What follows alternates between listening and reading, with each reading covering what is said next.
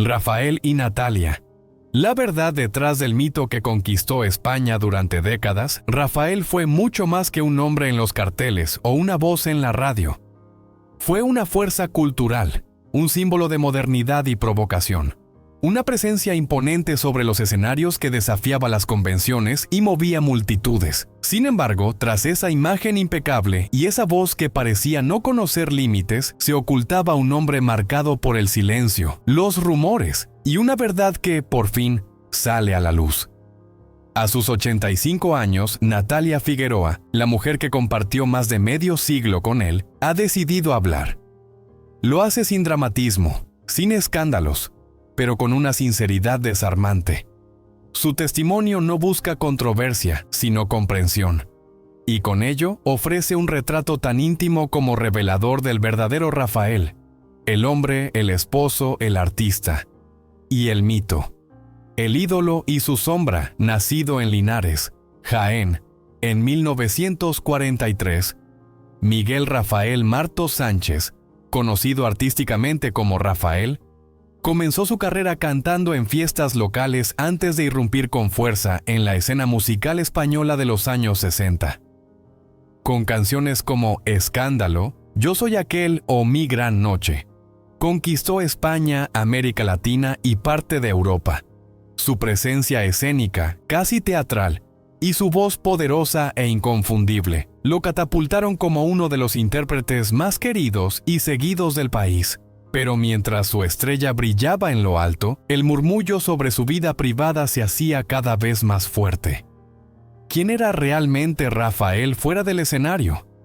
¿Qué había detrás de esa imagen pulcra, controlada, casi impenetrable? Los rumores no tardaron en aparecer, desde sus presuntas relaciones con jóvenes admiradoras hasta comentarios jamás confirmados sobre su orientación sexual. El hermetismo del artista, lejos de acallarlos, los avivaba. Natalia Figueroa, la testigo silenciosa. En 1971, Natalia Figueroa, una reconocida periodista y escritora madrileña perteneciente a una familia aristocrática, conoció a Rafael durante una entrevista para la revista 10 Minutos. Lo que empezó como un encuentro profesional se convirtió rápidamente en una historia de amor que desafiaba las expectativas de muchos. Un año después, en 1972, se casaron en la iglesia de San Jerónimo el Real de Madrid, en una ceremonia que fue un acontecimiento mediático de la época. La prensa no tardó en volcarse sobre ellos. La intelectual y el cantante, la dama discreta y el hombre enigmático. Pero Natalia, desde el principio, eligió el silencio como escudo. Pensé que podría proteger mi vida privada, confiesa hoy, pero no contaba con la intensidad de la fama de Rafael. Él no era solo un cantante, era una figura pública atrapada en los focos las 24 horas. Un hogar lejos del escenario, lejos del brillo del espectáculo. Rafael mostraba una faceta que pocos conocían.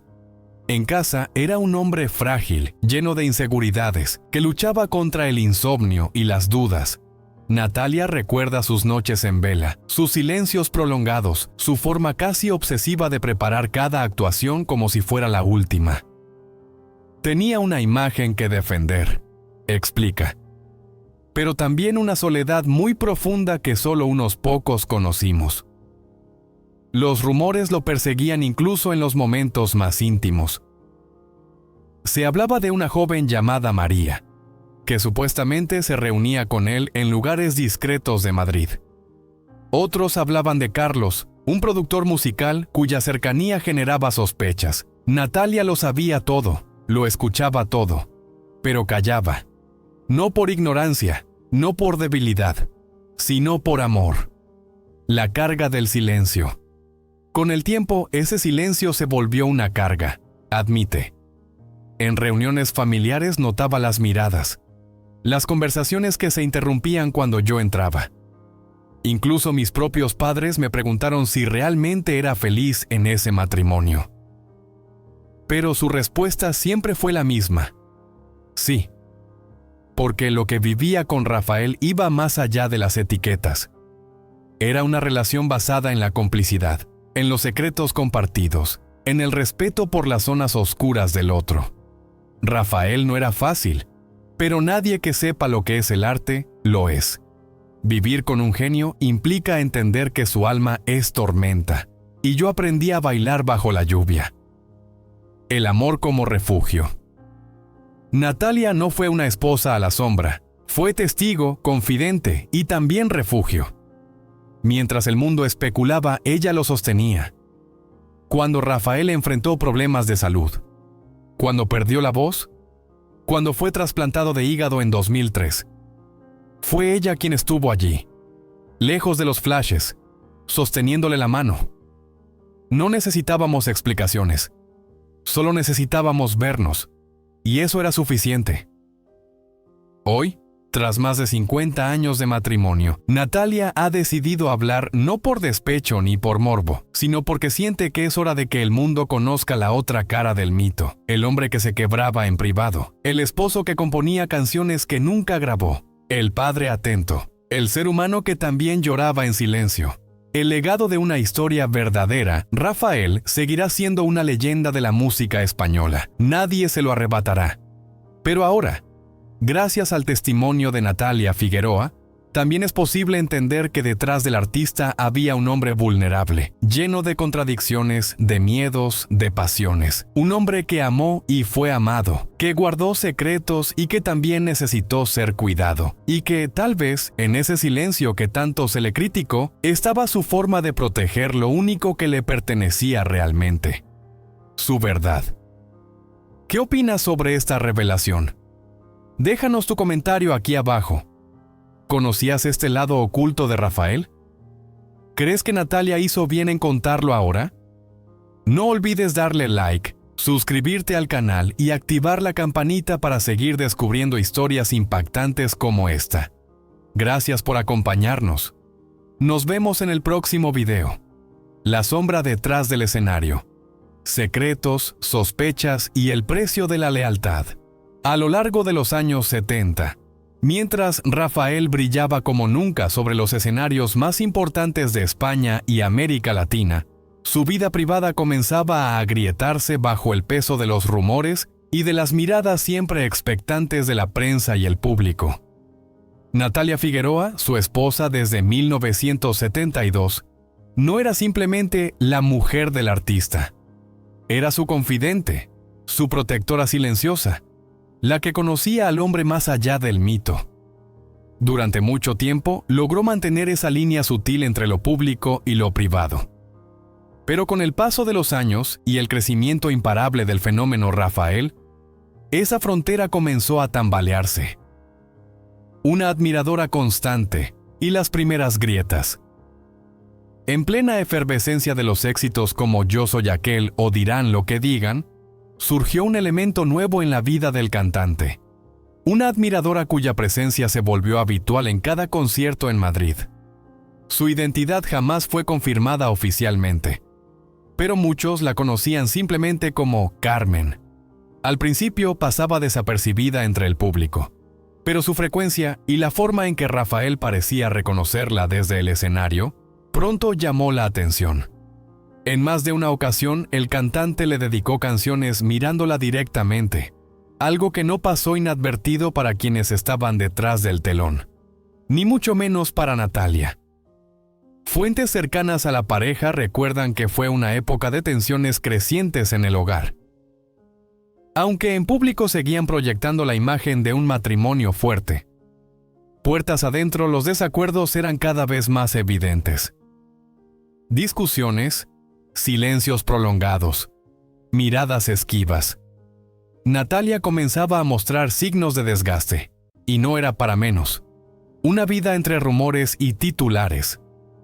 Durante los años 80, cuando Rafael alcanzaba nuevos horizontes internacionales con giras en Estados Unidos y América Latina, los rumores se multiplicaban. Esta vez involucraban a una joven cantante mexicana que formaba parte del equipo de apoyo artístico. La prensa no tardó en publicar fotos sugestivas, titulares insinuantes y columnas de opinión que alimentaban el escándalo. En los camerinos se hablaba de encuentros secretos tras bastidores. En los pasillos de los hoteles se veían movimientos extraños, miradas cómplices, y en casa Natalia asistía al espectáculo con una mezcla de tristeza, dignidad y resignación. Para ella, sin embargo, no se trataba únicamente de infidelidades, se trataba de algo mucho más complejo. La responsabilidad de proteger una imagen pública que sostenía no solo una carrera, sino también un legado. Como miembro de una de las familias tradicionales de Madrid, Natalia sabía que su papel no era solo el de esposa, sino el de custodia moral del mito Rafael. La carta en París. El punto de quiebre. En 1985, durante una estancia en el Hotel Ritz de París, uno de los escenarios favoritos del artista en sus años dorados, Natalia encontró lo que nunca había querido ver. Entre las partituras que Rafael guardaba con esmero, descubrió una carta cuidadosamente doblada y perfumada con Dior Sauvage, su fragancia de cabecera desde los años 70. La letra era femenina, las palabras demasiado íntimas para ser malinterpretadas. Mi amor eterno, siempre tuya, siempre nuestra música, siempre tu voz. La carta no era solo prueba de una aventura, era el testimonio de una relación que había cruzado los límites de lo profesional. Una complicidad emocional que Natalia había preferido ignorar, hasta entonces. El papel, aún impregnado del perfume, quemaba entre sus dedos. En ese momento supo que la historia que había construido junto a Rafael, una historia de amor, de arte y de silencios, enfrentaba su prueba más dura, entre la discreción y la fortaleza. Pese al descubrimiento, Natalia no confrontó a Rafael de forma pública. No hubo declaraciones escandalosas ni entrevistas explosivas. Su respuesta fue otra: seguir adelante, mostrar serenidad en los programas de televisión, sonreír en los actos oficiales, acudir del brazo de su marido a las entregas de premios. Pero en privado todo cambió. El amor, diría años después, no siempre es ciego. A veces es consciente, y aún así decide quedarse. Durante los años 2000, cuando las redes sociales multiplicaron las teorías y las fotografías del pasado comenzaron a circular con nuevos análisis, Natalia siguió guardando silencio. Vio cómo se desmenuzaban cada gesto, cada mirada de antaño, buscando pistas, intentando armar un rompecabezas que solo ella podía completar. La mujer detrás del mito hoy, casi 4 décadas después de aquel hallazgo en París, Natalia decide hablar no para juzgar, sino para humanizar. Para recordar que, más allá del artista idolatrado, existía un hombre complejo, vulnerable, apasionado y contradictorio. Viví con un genio, y los genios, como las tormentas, iluminan, pero también arrasan. La carta sigue guardada, no por rencor, sino por respeto. Porque, según ella, esa carta también forma parte del legado. Es parte de su historia, y la historia no se borra, se comprende. La conversación que lo cambió todo. París, invierno de 1985. Natalia había guardado silencio demasiado tiempo. En las largas noches madrileñas, cuando el eco de los pasos de Rafael ya no resonaba por los pasillos del Palacete en el barrio de Salamanca, se refugiaba en su biblioteca. Allí, rodeada de álbumes polvorientos, cartas amarillentas y recortes de prensa que había archivado meticulosamente durante años, repasaba su historia matrimonial como quien reconstruye una novela desde el dolor. Eran recuerdos que pesaban. Fragmentos de un amor que había comenzado con promesas radiantes y que, poco a poco, se había ido cubriendo con sombras. Fotografías sonrientes, titulares de giras, entrevistas con frases cuidadosas. Todo parecía parte de un gran decorado cuidadosamente sostenido para el público. Pero puertas adentro, la mujer que Madrid admiraba por su elegancia, su templanza y su lealtad, comenzaba a romperse por dentro. La noche definitiva fue fría. El viento golpeaba los ventanales del Hotel Ritz en París, mientras la silueta iluminada de la Torre Eiffel se perfilaba en el horizonte. Rafael ensayaba en la habitación, Ajustando detalles para su presentación en el legendario Olimpia, Natalia lo observaba en silencio. Luego, con la carta perfumada aún entre sus dedos, se acercó. Sus palabras no fueron escandalosas ni altisonantes, fueron serenas, dolorosas, firmes. Rafael, tenemos que hablar. El fin de las evasivas. El cantante, acostumbrado a esquivar los problemas con encanto y evasivas, intentó hacer lo mismo. Son solo fans, Natalia. Ya sabes cómo son. Se ajustó la corbata de seda, esa que usaría en el show de aquella noche. Pero por primera vez en muchos años, su máscara comenzó a resquebrajarse. Ella no estaba dispuesta a aceptar más ambigüedades. Guardaba demasiado. Fotografías sospechosas, frases repetidas en entrevistas, recortes que hablaban de encuentros extraños en Londres, Madrid, incluso en Buenos Aires.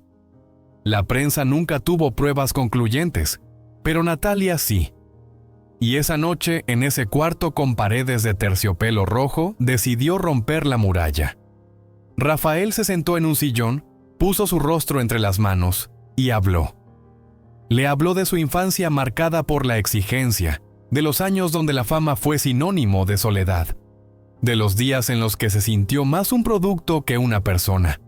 Le habló de la culpa, de sus contradicciones, de cómo a veces no sabía quién era realmente, y luego, entre lágrimas, le confesó la verdad. Nunca quise herirte, Natalia, pero hay cosas de mí que ni yo he sabido aceptar. Rafael reveló lo que durante años había guardado como un secreto inconfesable. Sus vínculos no habían sido solo con admiradoras. También había hombres, músicos, productores, personas del mundo artístico que, en distintos momentos, habían sido parte de su vida más íntima. El peso de la verdad. Para Natalia, aquella confesión no fue solo un shock, fue también un alivio doloroso. De pronto, muchas piezas comenzaron a encajar. Los silencios repentinos durante las comidas. Las noches en que él tocaba el piano con una melancolía insoportable. La forma en que su mirada se perdía en el horizonte durante los desayunos en la terraza. Esa noche caminó durante horas por las calles de París. La ciudad que antes representaba el romanticismo, ahora le parecía una escenografía muda, testigo de un terremoto emocional. En los días siguientes, nada volvió a ser igual. El Olimpia ya no era solo un teatro, era un lugar donde su matrimonio había tocado fondo, y aunque el público aplaudía de pie cada noche, en la habitación 314 del Ritz se vivía un drama silencioso, profundo, casi irreversible. El inicio de otra etapa. Rafael, consciente del dolor que había causado, intentó reparar lo que aún podía salvarse. Canceló conciertos, redujo giras. Por primera vez en su vida aceptó asistir a terapia. En su círculo íntimo, aquella decisión fue vista como un acto revolucionario para un hombre criado en el deber, el control y la cultura del silencio. En las sesiones privadas con un reconocido psiquiatra de Madrid, comenzó a desentrañar sus miedos más antiguos, sus heridas no tratadas, su lucha interna entre el personaje y el ser humano. Natalia, mientras tanto, se replegó hacia sí misma. Se encerraba en la biblioteca, escribía en diarios íntimos, releía las cartas que él le enviaba durante sus primeras giras. «Amor mío», decían, «espérame». Palabras que ahora sonaban lejanas, pero que aún tenían fuerza. Los empleados del hogar notaban el cambio. Los desayunos se volvieron silenciosos, las comidas breves. A veces él se sentaba al piano por la noche, sin tocar, solo para mirar las teclas, y ella lo observaba desde la puerta entreabierta. El silencio entre las rosas. Natalia, frente a la encrucijada, el jardín de invierno de la casa en Salamanca, se convirtió en su refugio. Rodeada de rosales que había plantado junto a Rafael en los primeros años de su matrimonio, Natalia Figueroa pasaba horas en contemplación silenciosa. Ya no buscaba respuestas claras. Solo deseaba entender cómo había llegado hasta allí. Cómo aquel joven cantante que le juró amor eterno ante toda la aristocracia madrileña, se había convertido en un extraño que evitaba su mirada durante los desayunos. El piano de la sala, que durante años había sido el centro de las veladas familiares, permanecía cerrado. La música había abandonado el hogar. Los pasos de Rafael se volvían cada vez más pesados, las palabras escasas. En ese clima de tensión contenida, Natalia encontraba consuelo en su hermana Mercedes, la única persona con quien compartió, sin filtros, toda la verdad. En los cafés del Gijón, entre tertulias discretas, ambas hablaban de amor, de traición y del perdón. Mercedes, testigo de la fortaleza inquebrantable de su hermana, la veía ahora frágil, pero nunca derrotada. La opinión pública comienza a intuir. Mientras tanto, los medios empezaban a especular. Las apariciones públicas de la pareja se hicieron esporádicas, y cuando ocurrían, las sonrisas forzadas y los gestos fríos alimentaban las sospechas. Algunas revistas del corazón comenzaron a sugerir una inminente separación. Pero pocos imaginaban el verdadero drama que se desarrollaba puertas adentro. Natalia, en su interior, libraba una batalla emocional desgarradora. Por un lado, el amor profundo que aún sentía por el hombre con quien compartía su vida. Por otro, el peso asfixiante de una verdad revelada que había tambaleado los cimientos de su matrimonio. Durante las noches en vela, revivía con intensidad casi dolorosa su boda en San Jerónimo el Real.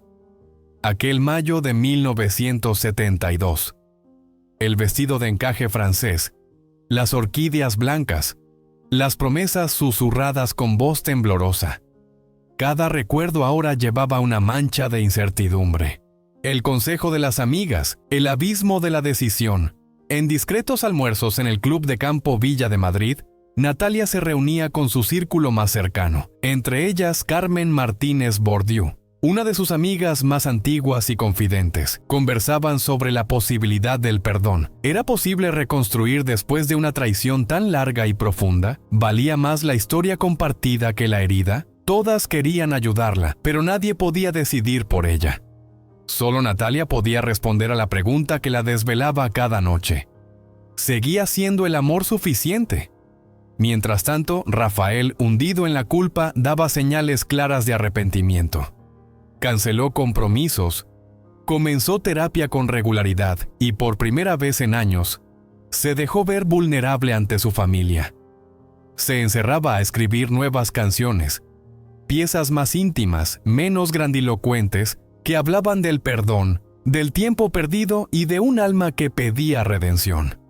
En sus escasas entrevistas, su tono había cambiado.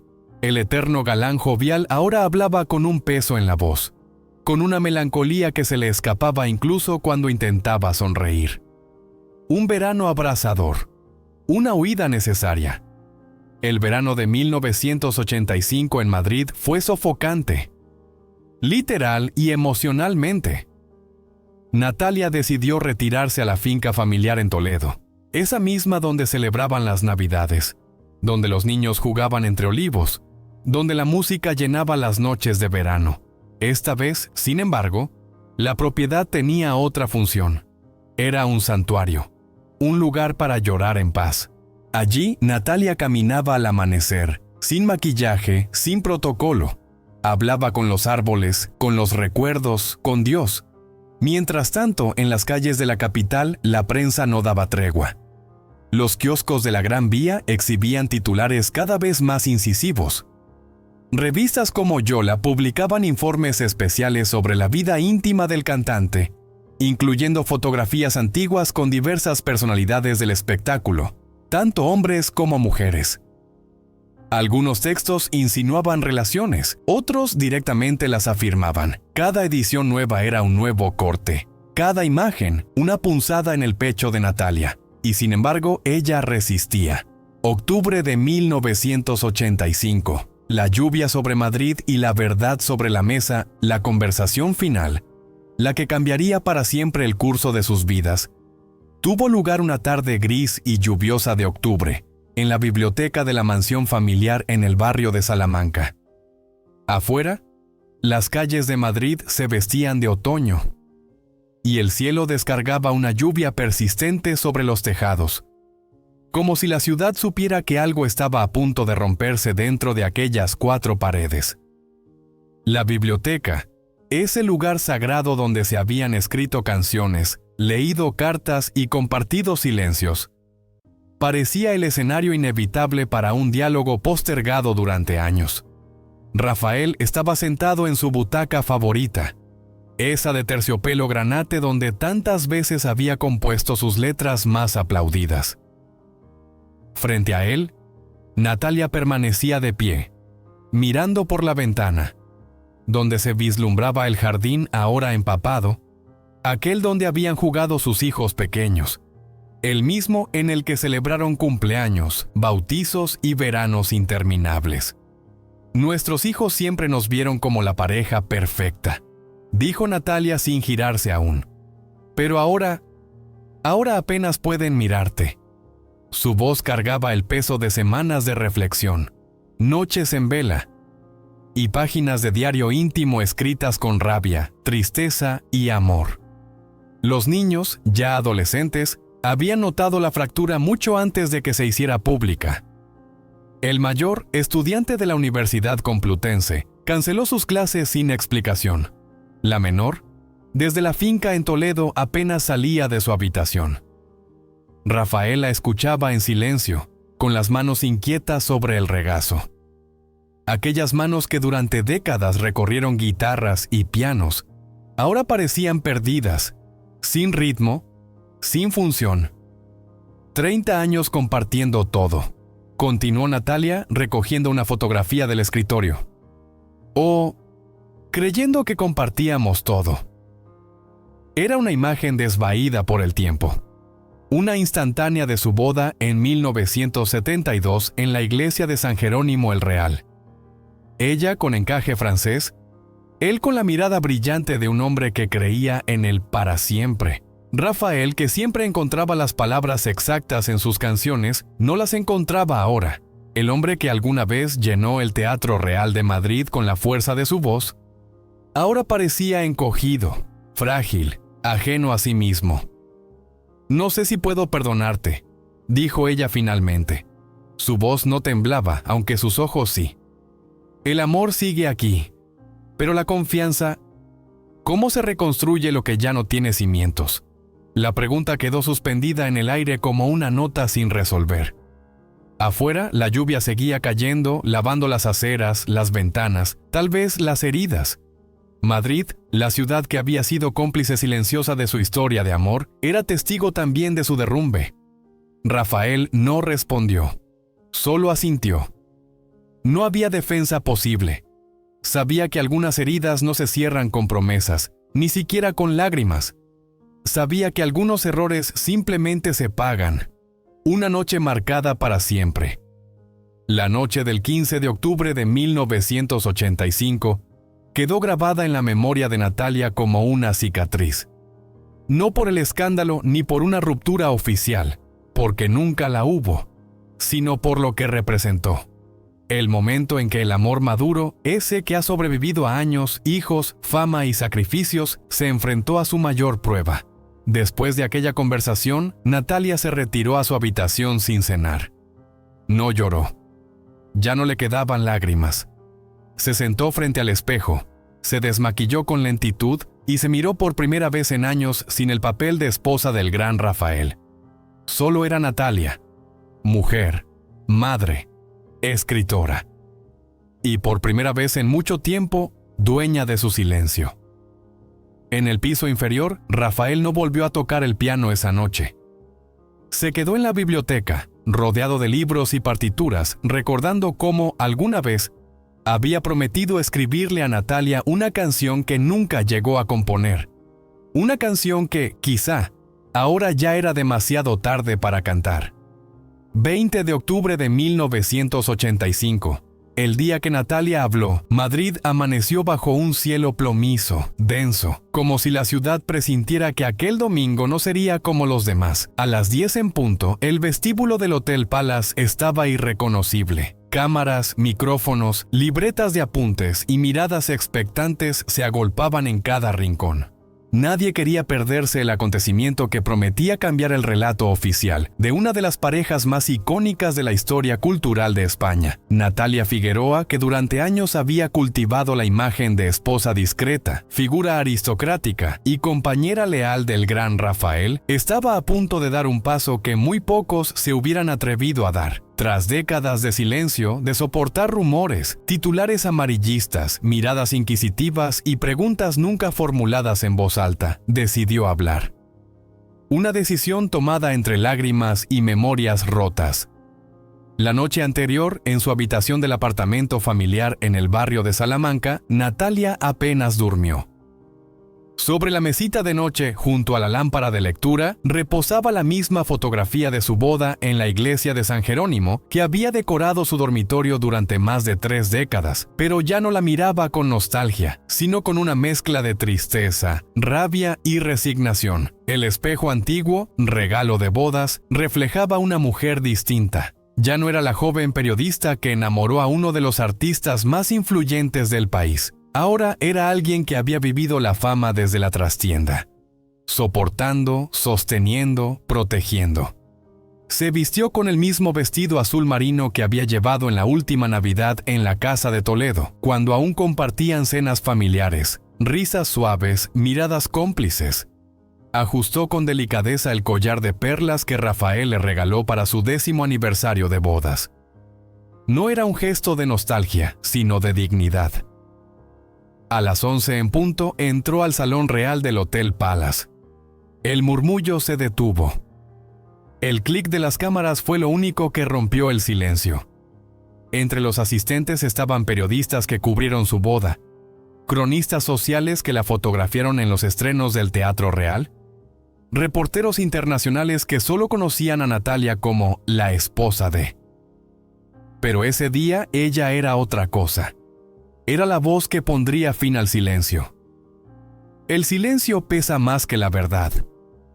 Buenos días a todos, comenzó con la voz firme pero sin arrogancia.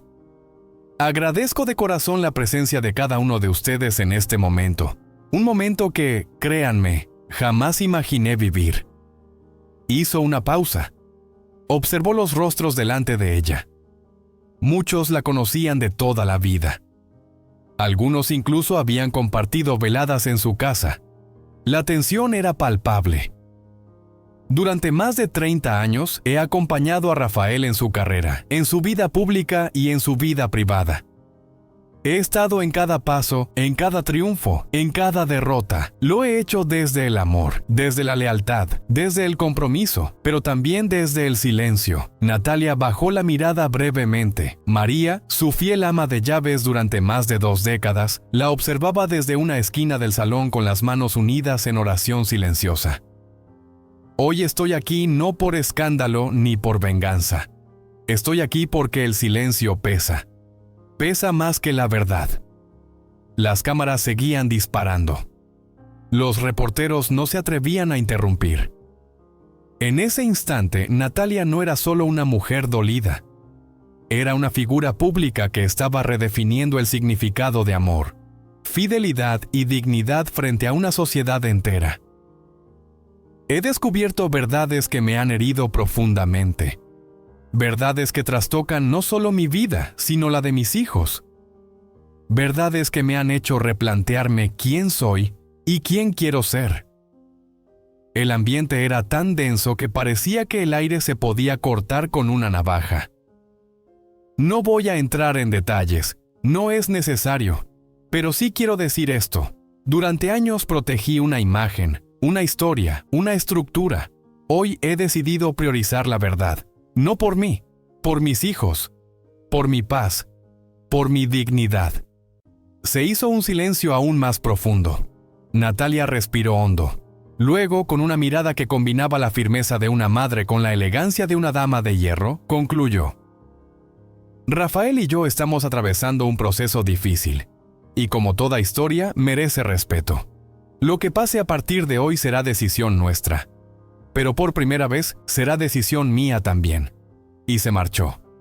Sin responder preguntas, sin lágrimas, sin escoltas, solo con la frente en alto y la conciencia en paz. el eco de una declaración que cambió todo. Esa tarde, las redacciones de España estallaron. Los teletipos no cesaban. Los titulares invadieron la prensa del día siguiente. Natalia Figueroa rompe el silencio. El País, la otra cara del mito, Rafael en crisis. La Vanguardia. Palabras con dignidad. Natalia habla por primera vez. ABC. El palacio que fue testigo de un adiós emocional. Hola. Mientras tanto, en la mansión de Salamanca, Rafael escuchaba las palabras de su esposa reproducidas en la televisión. No dijo nada. Solo bajó la mirada y cerró el piano. Porque por primera vez, la música fue el silencio. Epílogo. El día que Natalia eligió la verdad.